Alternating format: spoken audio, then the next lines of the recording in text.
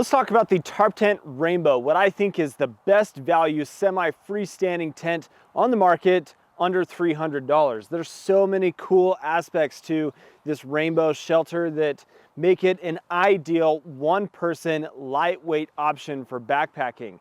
Now, is it all sunshine and rainbows?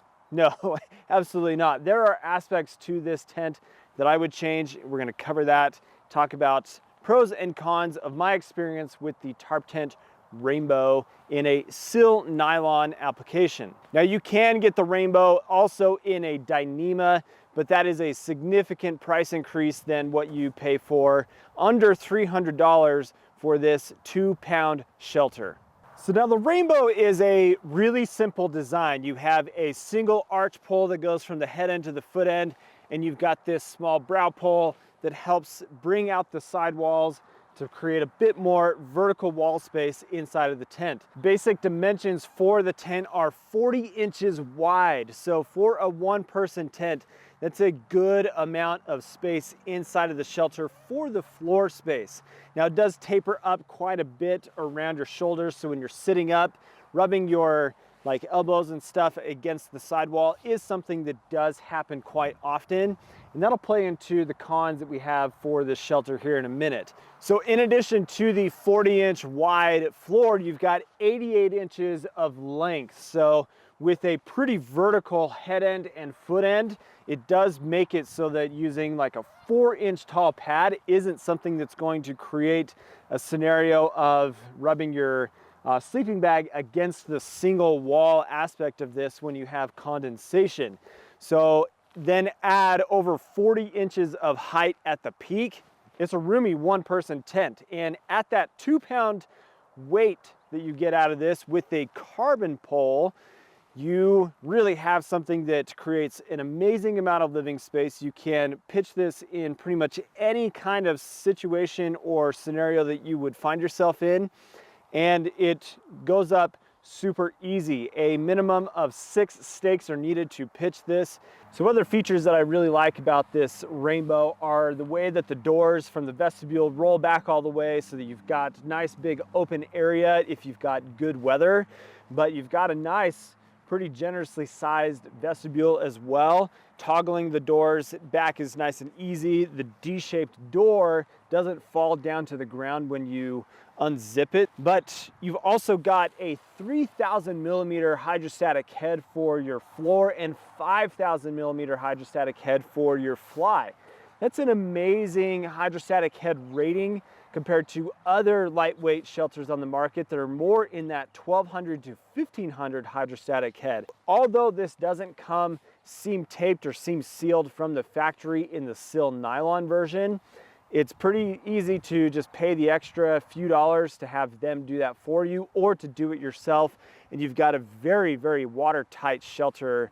Now again, the weight of the Rainbow comes in at 32 to about 36 ounces, depending on which pole style you choose, aluminum versus carbon fiber. I've got the carbon fiber setup here, still puts it at that $299 price point. It's a bit less to do the aluminum version, but you save 3.4 ounces of weight by going to the carbon pole. So with me sitting here at the far end of the tent, you can see that there's a decent amount of headspace. Now, I would sit more closely to the center of the tent for that maximum peak height, but this is a single wall shelter. So you've got a double wall aspect from the door with this mesh here on the side, but everything else is just single wall. You've got mesh that comes around the floor of the tent for ventilation. But the biggest con that I've experienced with this tent is the fact that it is a condensation factory.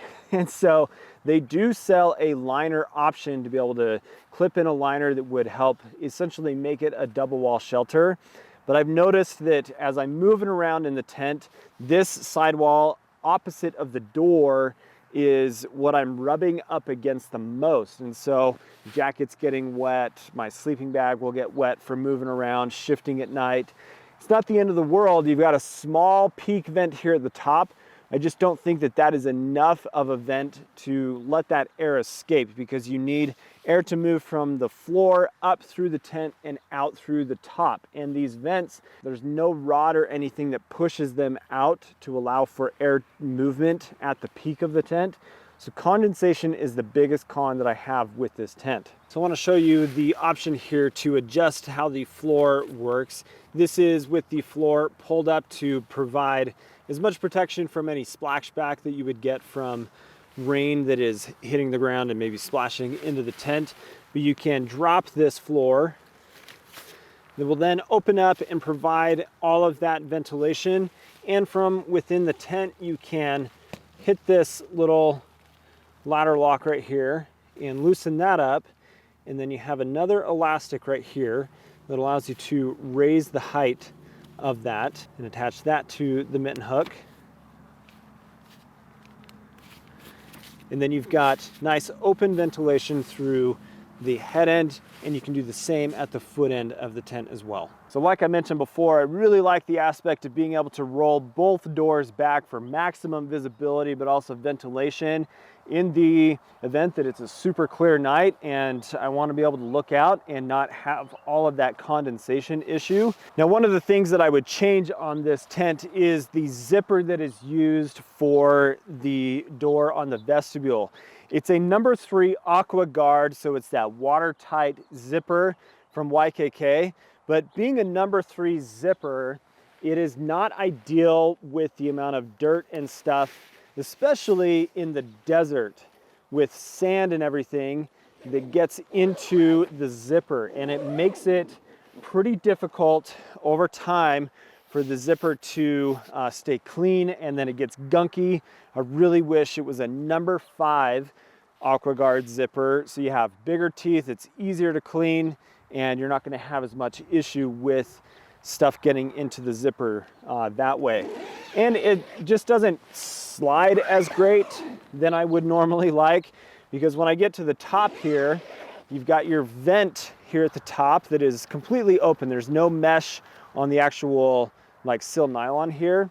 So because there's a bit of flex here at the top, at the peak, you do have to use 2 hands to be able to pull that down, and it's only a single slider, so I don't have the option to run a second slider down to allow for additional ventilation through the top of the tent. So different size zipper as well as a second pull would be really nice to be able to slide this down a little bit and allow for added ventilation. One aspect that you do have with the updates that they made to the Rainbow is you can, with trekking poles, create an awning with the vestibule door, where you've got this piece that has a little bit of Velcro on it and Velcro that's here on this door.